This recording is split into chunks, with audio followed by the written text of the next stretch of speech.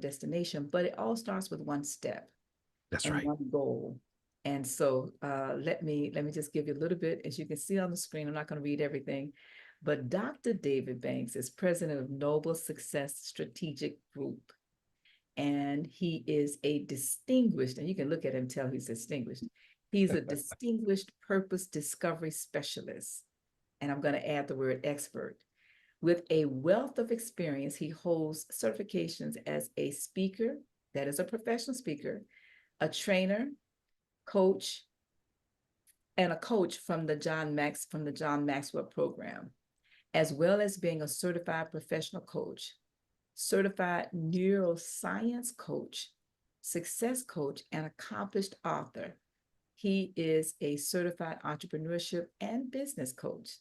Dr. Banks specializes in cultivating relationships, fostering success, nurturing leadership skills, and inspiring motivation and purpose discovery.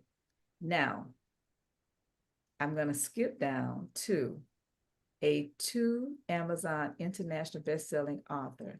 Dr. Banks has collaborated with luminaries like Les Brown and Dr. Cheryl Wood.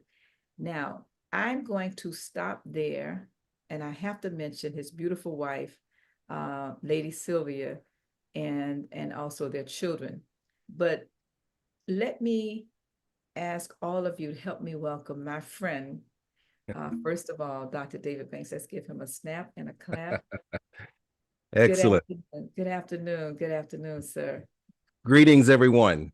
Thank you, Miss Ann. As always, it's always great to see you, and it's always to be in your presence.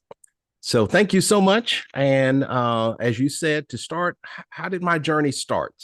Yes. My journey started when I was in the 6th grade. You can't tell now because I'm sitting down, but I am 6'5".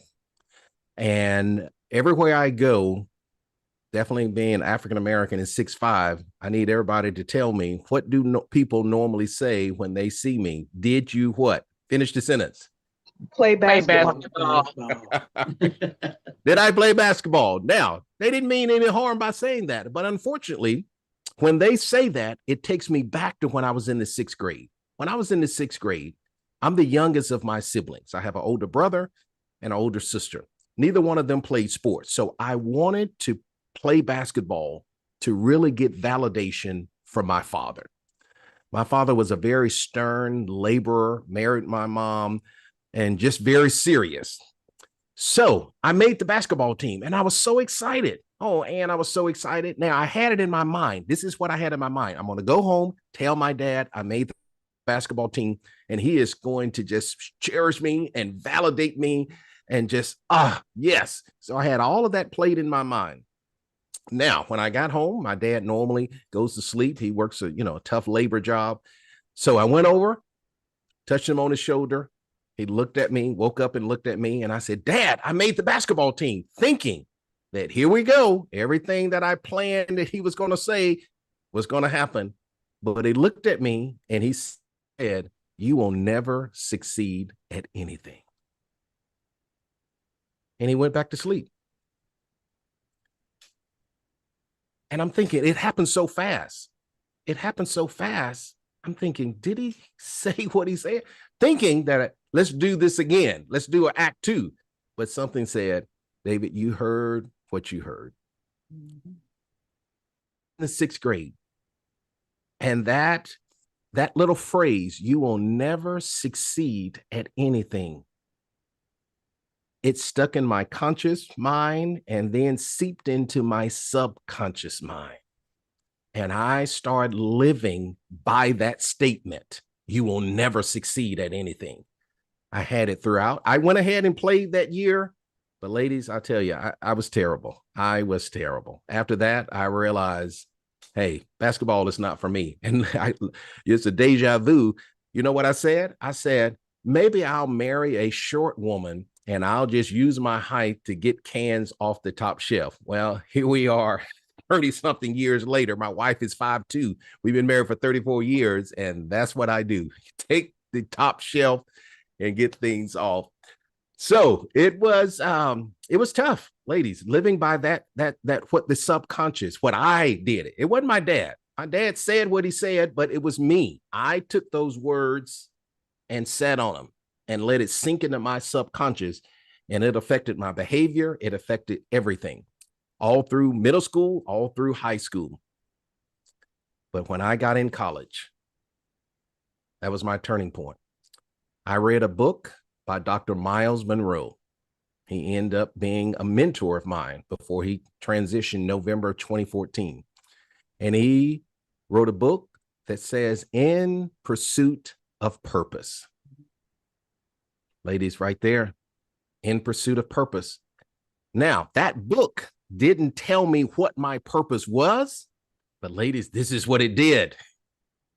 It helped me to understand that my purpose came before I ever had a past. Ladies, right there. That's all I needed right there.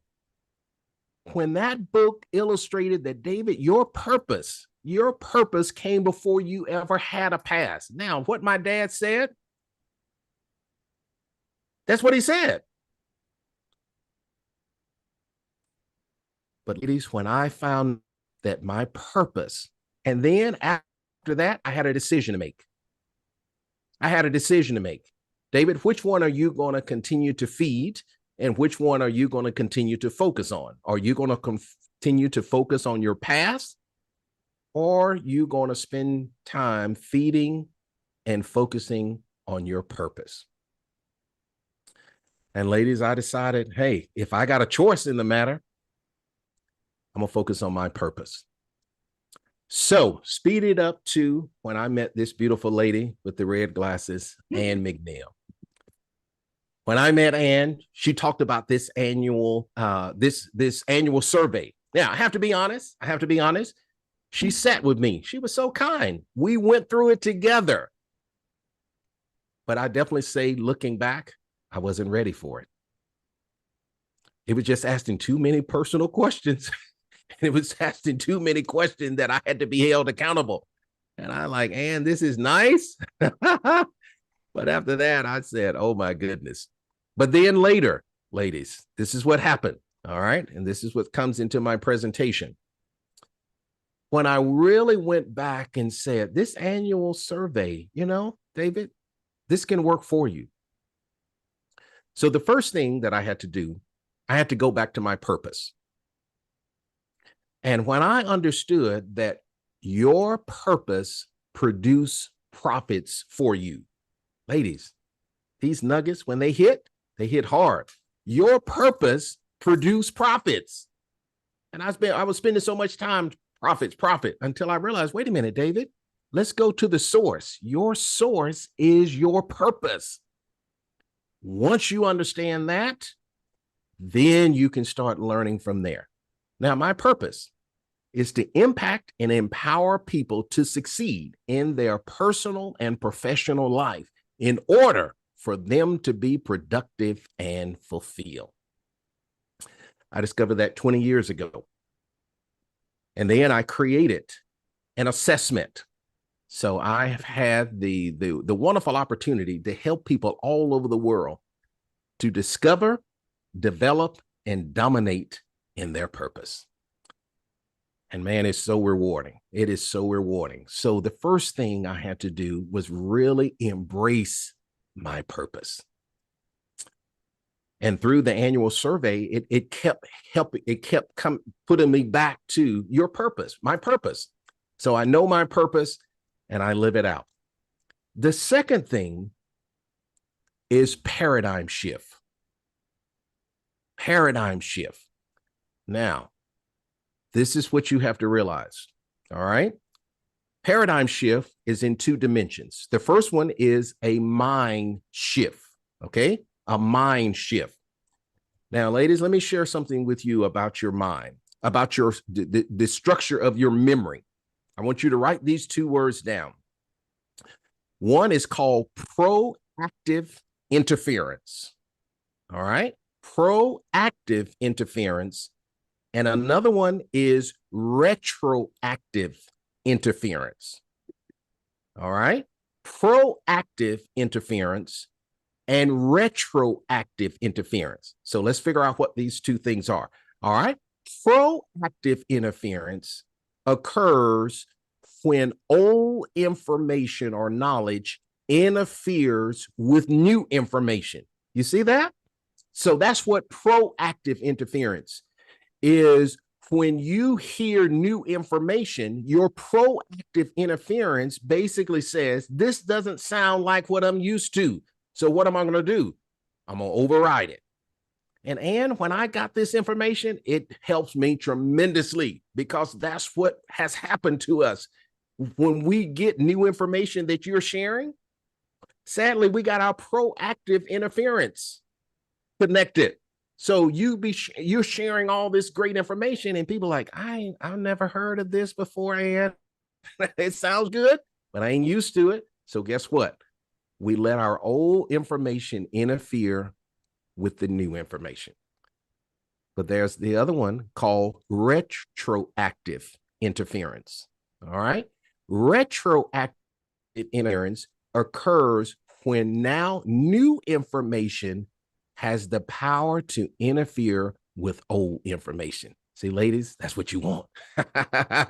That's what you want. You want to activate the retroactive interference, because retroactive interference basically says when you learn new information, you are opening and receiving it, and it has the tendency to interfere with old information. See, that's what I needed. When I first met Ann, I didn't know this information. So she's sharing this annual survey, 10 things that you see, all of that was new information.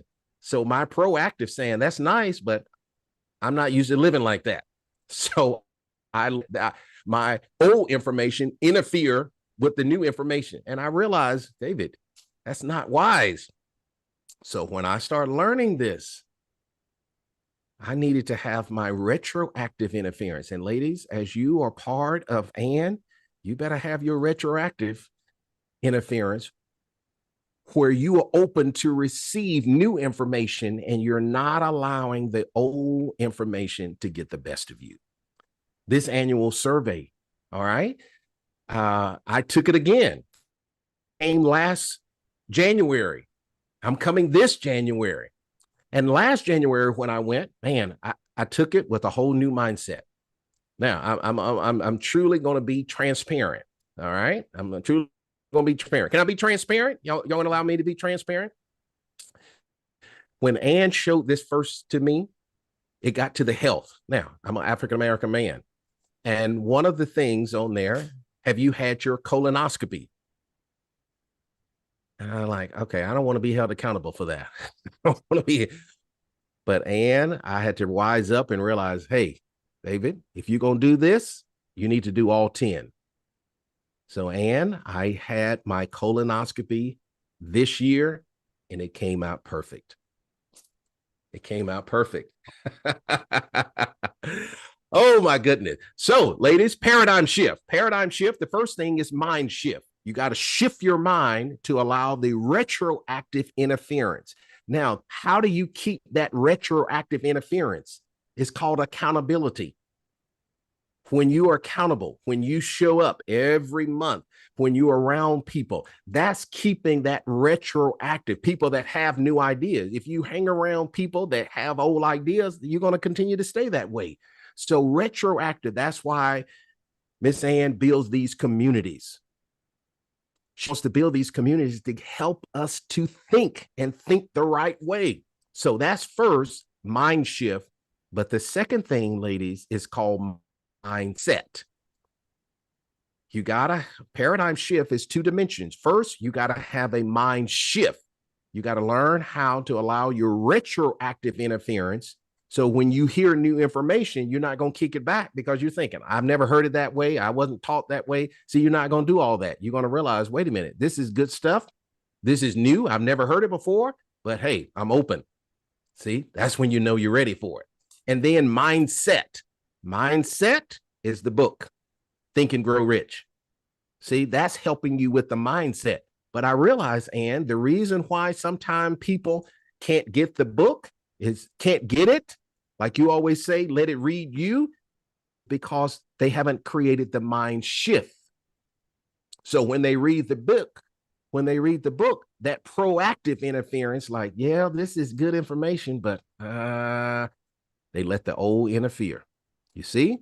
So, Ann, we got to share this with your whole community because that's what's missing. The mind shift. You got to learn how to shift because we want people to have a great mindset, but you can't have a mindset, the right one, until you create the right mind shift. And then, like I said, the book, those wonderful things in the book, the Think and Grow Rich, that's creating you with a good mindset. The having a desire, faith, autosuggestions, specialized training, specialized knowledge, imagination, organizing, planning, decision, persistence, the power of the mastermind, the mystery of sex transmutation, all of those things, the subconscious mind, the brain, the sixth sense, that's helping you to create a healthy, successful mindset. All right. So first, purpose, ladies. Purpose. You got to know your purpose. You got to know it so well that it's a sentence. I've talked to people and I say, do you know your purpose? And some say no, some say, I think I do. I remember the lady in the Netherlands. I asked her, do you know your purpose? And she's like, yeah, I know it. I said, all right, tell me. Well, she couldn't accurately clarity tell me.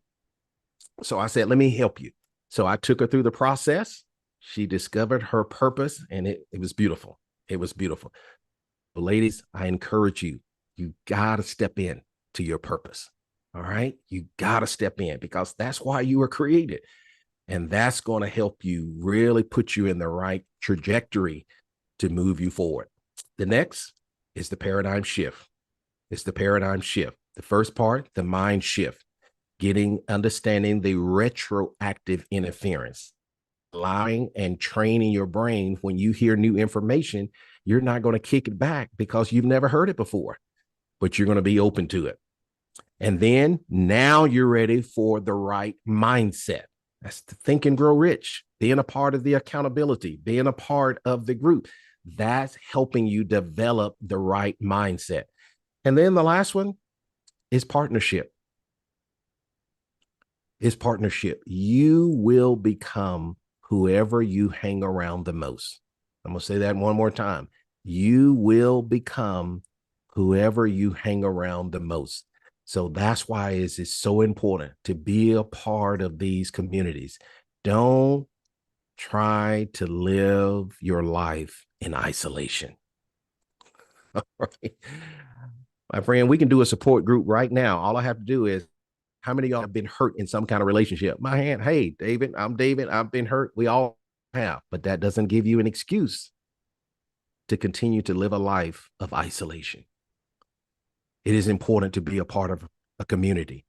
That's why when I met Ann, I joined the Black NSA group. And my friend, it was the best thing that could have ever happened. I still stay connected to the people, but that held me accountable, and just being around people that challenge you. So many times we like people to relate to us. Okay. You don't need everybody to relate. You need somebody to challenge you. All right. Because we sometimes want people to just relate. I'm struggling. Well, I'm struggling too. You don't need everybody to do that to you.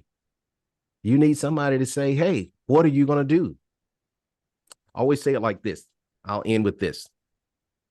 You need to create a success team.